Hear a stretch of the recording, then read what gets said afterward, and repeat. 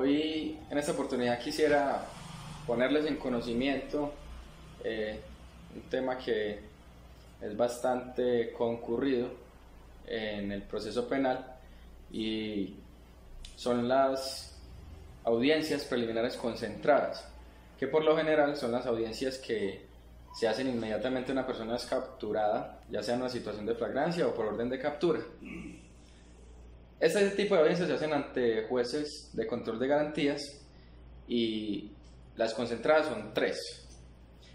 La primera audiencia tiene como nombre la legalización de la captura y en esta audiencia lo que se discute jurídicamente son los siguientes aspectos. Lo primero, ya sea si es una situación de flagrancia, se discuten las causales de la flagrancia, contempladas en la 906, que es nuestro Estatuto Procesal Penal. O si es por una orden de captura, se discuten las formalidades de la orden de captura, es decir, si fue expedida por una autoridad competente, si tiene vigencia la orden y si se le respetaron todos los derechos al capturado, que es otro tópico también de la audiencia de legalización de captura. Dentro de esta audiencia también se discuten las líneas temporales que también es un derecho que le asiste a la persona que ha sido capturada. ¿Qué líneas temporales se discuten? Por ejemplo, en una situación de flagrancia, la primera línea temporal es desde que la persona es capturada hasta donde la ponen en disposición ante un fiscal general de la nación o ante un fiscal seccional de el caso que estemos hablando. O también se discute en esta audiencia otra línea, que es la línea desde donde está esta persona en disposición de un fiscal y va donde un juez de control de garantías, que ese término no puede superar las 36 horas máximo. 36 horas máximo. Es decir, que el término que trae la ley normalmente es la inmediatez. La persona debe ser presentada inmediatamente ante jueces de control de garantías, dentro del término de la distancia. Y no se puede superar ese margen de las 36 horas siguientes a su aprehensión o captura. Si se presenta a la hora 35, se debe justificar todo ese lapso de tiempo de por qué fue presentado a esa hora. Una vez examinado este tópico, también se examina lo que hablábamos ahorita, y es los derechos del capturado, que se le haya dado un trato digno, que se le haya permitido hacer su llamada, que se le haya podido designar un abogado contractual o, si no tiene recursos, un abogado de la Defensoría Pública, y que efectivamente se le haya comunicado a alguien su captura. Una vez discutido esto en audiencia de legalización de captura, si se cumplen todos esos tópicos, todos esos requisitos, se legaliza la captura. Si uno de ellos no se cumple, la captura es ilegal porque los requisitos no son excluyentes, tienen que cumplirse uno a uno todos los tópicos, respetando sobre todo la dignidad humana de quien está siendo procesado, de quien está siendo capturado.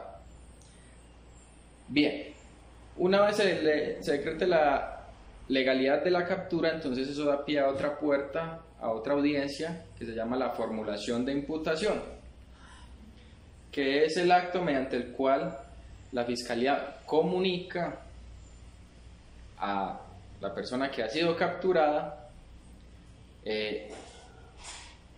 la razón, el cargo que se le imputa o el delito por el cual está siendo procesado.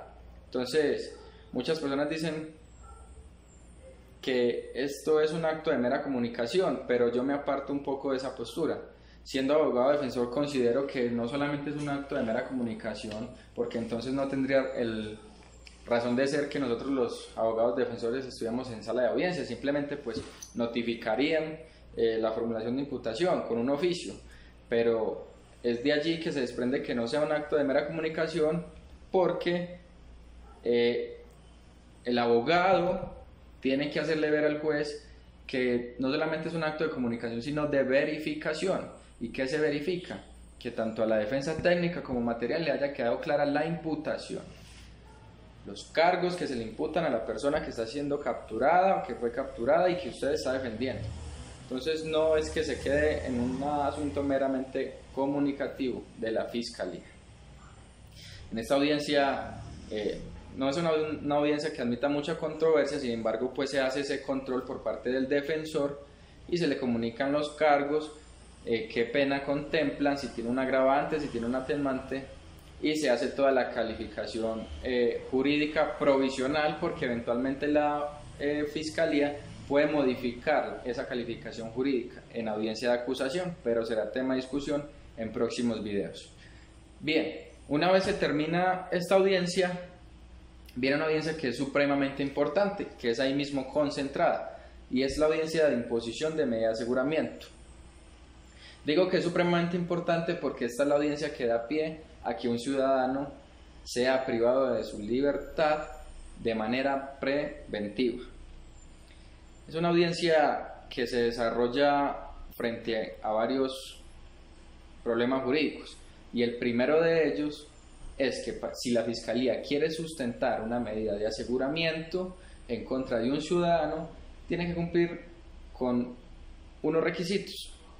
Los requisitos también son de manera obligatoria y se tienen que cumplir uno a uno y a cabalidad todos, porque si no se cumple cualquiera de ellos, no da pie a la imposición de una medida de aseguramiento, al menos en garantía y afirmación de la libertad de un ciudadano que está siendo capturado. El primer requisito es que de los elementos que presente la Fiscalía ante el juez de control de garantías se infiera razonablemente de que esa persona que ha sido capturada es autor o partícipe de la conducta punible que se le ha imputado. Entonces, ¿de dónde viene esa inferencia razonable? De los elementos materiales probatorios que presente la Fiscalía para decir, mire, a esta persona, con estos elementos que yo tengo, señor juez de control de garantías, yo afirmo que es partícipe del delito X o es autor del delito X. Bien, este tópico es uno de los más importantes, mas no quiere decir que sea el único o el suficiente para privar a una persona de la libertad, como lo dije anteriormente. Pero si del análisis de esos elementos que le han trasladado al defensor en audiencia se avisora que no hay una inferencia razonable de autoría o participación de esa persona en esa conducta a la cual están imputando y por la cual están solicitando ante el juez de control de garantías que se prive de la libertad, no hay lugar a examinar los otros tópicos. Simplemente, si no hay inferencia razonable, ahí termina el análisis o la discusión, porque si no hay inferencia razonable, no hay autoría de participación, es decir, los demás tópicos ya no se tienen que analizar. Sin embargo, si la hay, se discuten los otros tópicos. Aquí viene el segundo requisito, y es que hay dos tipos de medidas. Hay medidas privativas de la libertad y hay medidas no privativas de libertad. Entonces es allí donde la Fiscalía, que es su deber hacerlo, tiene que hacer como una especie de test de proporcionalidad, justificando si va a pedir una medida de aseguramiento privativa de la libertad, sea en establecimiento carcelario o detención preventiva en su domicilio, debe justificar por qué las no privativas, que son un listado amplio, que están contemplados en el artículo 307, por qué esas medidas que no privan de la libertad de una persona se muestran insuficientes. Tanto así que se tiene que pedir una privativa de la libertad. Ese tipo de medida se tiene que sustentar de una forma, o tiene que tener una carga argumentativa mucho más alta, porque quien se subroga la carga ante juez de control de garantías de privar a una persona de la libertad tiene que hacerlo cumpliendo todos y absolutamente todos los requisitos.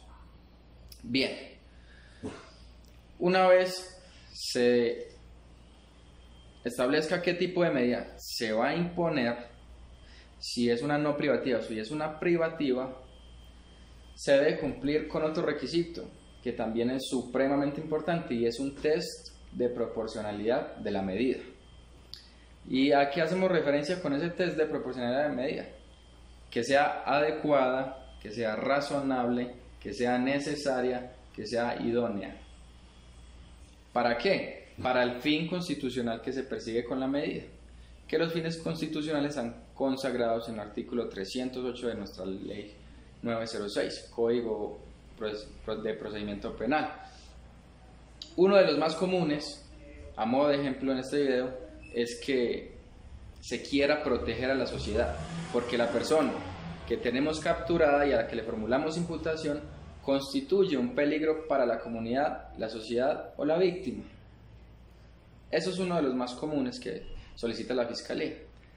Entonces, la Fiscalía, cuando se subroga esa carga, debe decir que se pide una medida privativa persiguiendo el fin constitucional, que es la protección de la comunidad o la víctima, y además de ello debe decir por qué esa medida es proporcional, porque es necesaria, porque es adecuada, porque es idónea, y tiene que satisfacer toda esa carga argumentativa, porque es que si no la satisface, como defensores, ahí es donde nosotros empezamos a hacer nuestro trabajo.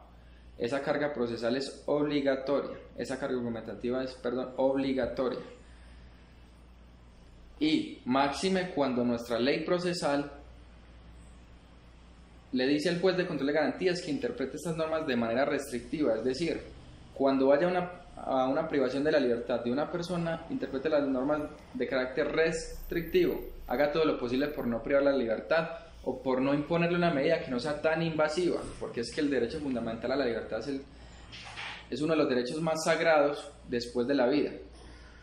Entonces, en todo momento la ley, el código le están diciendo al juez y a la fiscalía: piensen en no privar de la libertad a las personas, y si van a privar la libertad tienen que tener lo suficiente carga argumentativa, los argumentos, los elementos materiales probatorios para solicitar esa medida. De lo contrario, afirme su libertad, señor juez de control de garantías, afirme su libertad y déjelo. O, en su defecto, impóngale una medida que no sea tan restrictiva de su libertad. Y allí es donde entonces terminan las 3 audiencias preliminares concentradas, que son legalización de captura, formulación de imputación e imposición de medida de aseguramiento. Muchas gracias.